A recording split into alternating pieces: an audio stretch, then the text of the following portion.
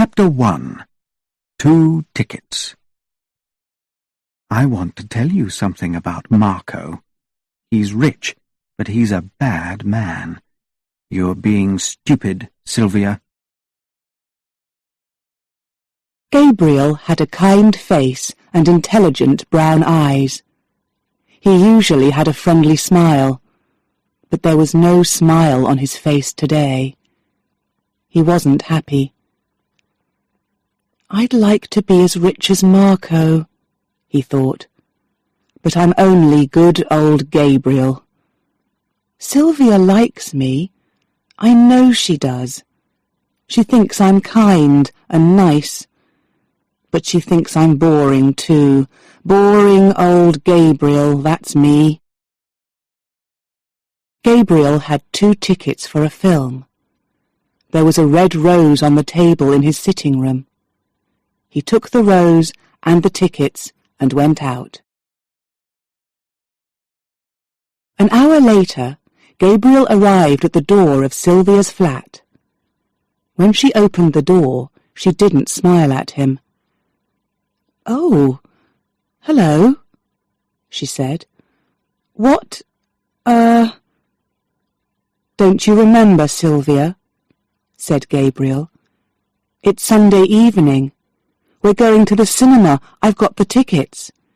It's that great new film. You said—" "What do you mean?" said Sylvia. "I can't go out with you this evening. I'm busy. I don't remember." "But I called you on Thursday," Gabriel said. "You wanted to come." Sylvia pushed her beautiful dark hair out of her eyes. She didn't look at Gabriel. "Oh dear," she said. "That was stupid of me.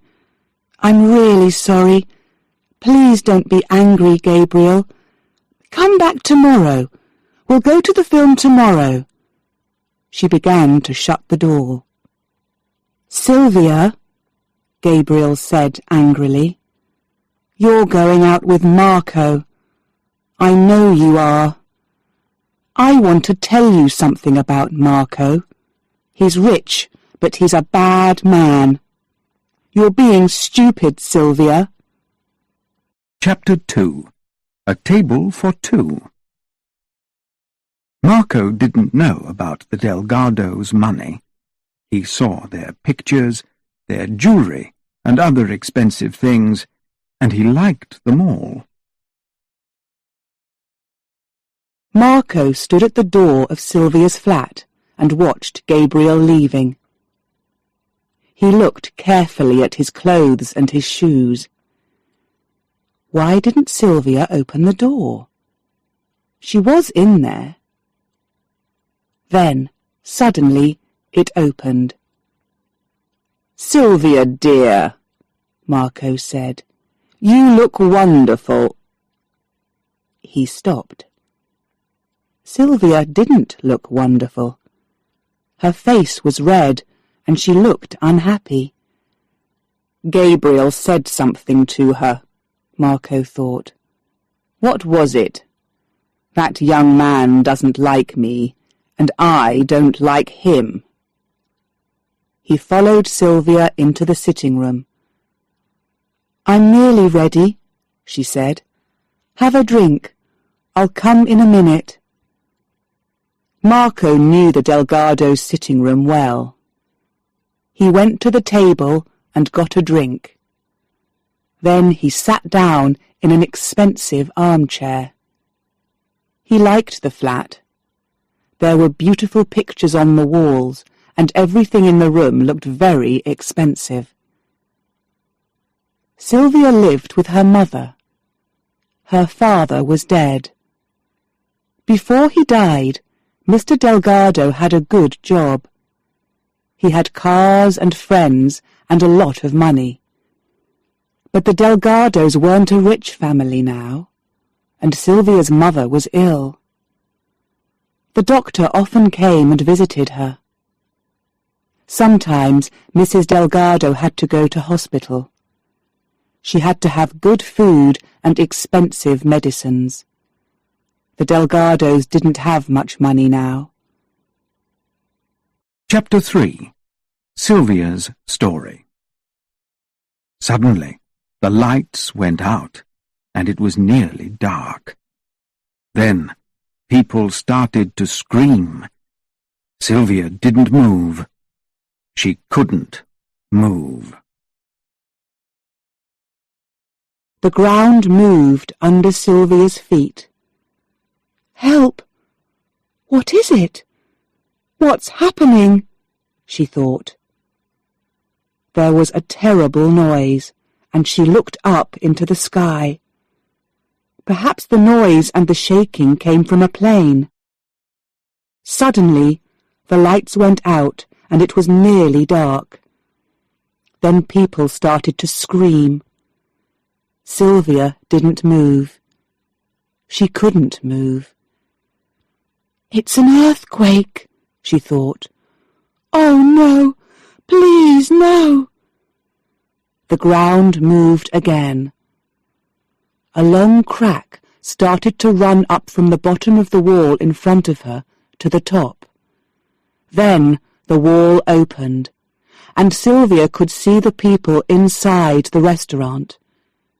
They tried to run. Their screams were terrible. She could see hands pushing and pulling. She could see their faces and their eyes. They were terribly afraid. Then the wall fell, and the roof came down. Sylvia couldn't see the faces and hands now. The Oasis restaurant wasn't there. It was only rubble. Sylvia couldn't move. She couldn't scream. Marco's in there, she thought. Marco, and the manager, and those people, they... Oh, I can't... I don't... There was another loud noise behind her. Sylvia turned. Another building fell, and another, and another. Suddenly, she remembered her mother. Chapter 4. Neighbours. Where's my mother? She's not in our flat. You know she can't walk. Did somebody take her? Who? Where did they go? Sylvia sat down on her mother's bed and cried. Where is she? She thought. Who's with her? What can I do? She stood up. Her feet hurt, so she went to her bedroom for some better shoes. She started to take off her dress, but then she heard another loud noise. Another building fell. I can't stay here inside the building, she thought. It's too dangerous. She went quickly out of the flat and down into the street. Then she stopped. Where can I go? What can I do? She thought. First, she had to find her mother. After that... But no, she didn't want to think about Marco. He was in the ruins of the Oasis restaurant. And she couldn't think about Gabriel. Perhaps he was in the ruins of the Plaza Cinema. Suddenly, she saw a neighbour. The old man lived in the next building. She went to him and put her hand on his arm. "Oh, Mr. Enrique," she said, "you're safe." The old man didn't move. He didn't see or hear her. His face was white and his hands shook. He started to cry quietly. Sylvia shook his arm. "Mr. Enrique," she said, "it's me, Sylvia Delgado. Where's my mother? She's not in our flat. You know she can't walk. Did somebody take her? Who? Where did they go?" The old man turned and looked at her. Chapter 5. Gabriel's Story. Slowly, He started to walk. He felt terribly weak. His right arm hurt very badly, and his head, too. Sometimes he nearly fell. At the time of the earthquake, Gabriel was outside the plaza. A lot of people wanted to buy their tickets, and they went inside. But he had his ticket. He was safe because he waited outside. Gabriel heard the first sounds of the earthquake, but he didn't see the buildings when they fell. He didn't hear the screams. Some rubble hit him on the head, and he fell to the ground. After a long time, he heard somebody. It was a woman. "Look at this young man," the woman said. "Is he dead?" "No," said another woman, "but he's hurt." I'm all right," said Gabriel. He tried to sit up. The women moved away. Gabriel's arm hurt terribly. He couldn't move it. It was broken. He sat in the street. Then he stood up slowly and looked round. It was nearly dark. Only the cars gave some light. "My family," he thought. "Mum, Dad." But they were a long way away in another town. He couldn't do anything for them. Then he thought of Sylvia. She was with Marco. He couldn't help her. But there was nobody with Mrs. Delgado, and she was ill. "I'll go back to the Delgado's flat," thought Gabriel. "I can help Mrs. Delgado, and perhaps I'll hear news of Sylvia." Chapter 6. Liberty Park. We pulled him from the rubble, but did he say thank you? No, he didn't. He was only worried about his car. Sylvia didn't like walking. She usually caught a bus or took a taxi. She was tired and her back hurt. But she didn't think about her back, or about the cuts on her feet. She was with a lot of other people. They all had the same idea. They wanted to leave the town and go into the country, away from the dangerous high buildings. A friendly woman talked to Sylvia. "Isn't anybody with you, dear?" she said. "Where's your family?" "There's only my mother," said Sylvia. "I think she's at Liberty Park. I'm going to look for her." "Don't worry, you'll find her," the woman said kindly. Sylvia felt better. "Did you see the Grand Hotel?" said a man. "It's a ruin. Hundreds of people were inside it." "It's terrible, terrible," his wife said. "I saw a baby." She stopped. "And the shopping centre," another woman said. "The shoe shop is all right, but the supermarket is a ruin." "The centre's bad," said a man. "But it's worse east of here. I was out there when the earthquake happened." "Near the station?" the kind woman asked. "No, near the Oasis restaurant," the man said. Sylvia started to listen more carefully. "The Oasis is a lovely place," somebody said. "Is it all right?" "No," the man said. "It's a ruin. A lot of people are dead. But the manager was all right. He was at the back of the restaurant. It was better there. He'll be all right. I wanted to help the other people, but I was worried about my family, so I came back into town.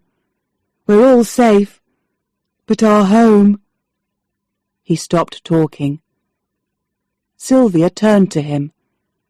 "Excuse me," she said. "There was a man in the restaurant. The manager was with him when the earthquake. Do you know? Is he all right?" "Yes," said the man. "He's all right. I pulled him out. A tall, dark man. Is that him?" "Yes," said Sylvia. The man laughed. "Don't worry about him," he said. "He's fine. My friend and I worked hard. We pulled him from the rubble. But did he say thank you? No, he didn't. He was only worried about his car. He didn't help the other people under the rubble. He only had small cuts on his face and hands, but he wanted to see a doctor. Other people were dead, or nearly dead, but he wasn't interested in them. I'm sorry. Is he your friend? But really—" Chapter 7. Thieves. It was his red rose. It was there, in the same place, by the front door. A rose from another world, another life. It was early in the morning when Gabriel arrived at the Delgados' flat. His arm hurt badly, and he was terribly thirsty. The street was quieter now. Most people were out in the country, or in the parks outside the town. But there were 4 or 5 men at work in the ruins of the building next door. They pulled the rubble away. Gabriel watched them for a minute. Suddenly, they stopped working and listened. "I can hear something," one man said. "Here! I think it's a child. Quick, come and help." Gabriel went to them. "I can help," he said. One of them looked up and smiled at him. "Don't be stupid," he said. "You've got to have 2 hands for this job. Go and sit down." Slowly, Gabriel went up the stairs to the Delgados' flat. The building was dangerous, but he didn't think about that. He could hear the cries of the child. He felt terrible. Then he felt something on the floor under his foot. He looked down. It was his red rose. It was there, in the same place, by the front door. A rose from another world, another life. The door of the flat was open. Gabriel called, "Mrs. Delgado? Sylvia, are you there?" There was no answer, but suddenly 2 men ran out of the sitting room. The first man went down the stairs before Gabriel could stop him. Then the other man ran past. Gabriel put out his foot, and the man fell over it. A box fell to the ground. The man didn't stop. He jumped up and ran away. Gabriel opened the box. There was jewellery inside it. "Mrs. Delgado's jewellery," he thought. "So, the thieves are busy now." He took the jewellery box into the flat. He looked round. The pictures were on the walls. Sylvia's camera was on the table. Good, he thought. The thieves didn't have much time. They only took the jewellery, and I've got it now. Then, near one of the armchairs, he saw Sylvia's dirty evening shoes. He thought for a minute. For the first time for hours, he smiled. She wore those shoes last night, he thought. So she came back here after the earthquake. She isn't dead. She came home and took her mother to a safe place. Oh, Sylvia, Sylvia, you're all right. Chapter 8. Home. There was a man asleep in front of her door. He looked thin and ill. His face and clothes were dirty. And his arm, his head. On the 3rd day after the earthquake, good news came to Liberty Park. Mr. Garcia had a radio in his car. "Sylvia, come and listen," he called to her. "There will not be another earthquake," the newsreader said. "People can go back to their homes. Dangerous buildings have a white cross on the door. Do not go inside those buildings. Other buildings are safe. I will say that again." Mr. Garcia and Sylvia listened again. Then Mr. Garcia turned the radio off. "Do you think it's really safe?" Sylvia asked. "Do you think we can go home?" Mr. Garcia shook his head. "I don't know," he said, "but I know one thing. Your mother can't stay here. We'll take her home to her bed. You can look after her there." Everywhere in Liberty Park, people asked questions. Many people were worried. Was the newsreader right? They were afraid of another earthquake. They wanted to stay in the country for another day or two. But other people wanted to go home. They started to move into the streets. Sylvia sat down next to her mother. "We're going home, Mother," she said. Mr. Garcia carried Mrs. Delgado carefully to his car. She was as light as a child. Sylvia opened the back door of the car, and Mr. Garcia put Mrs. Delgado inside.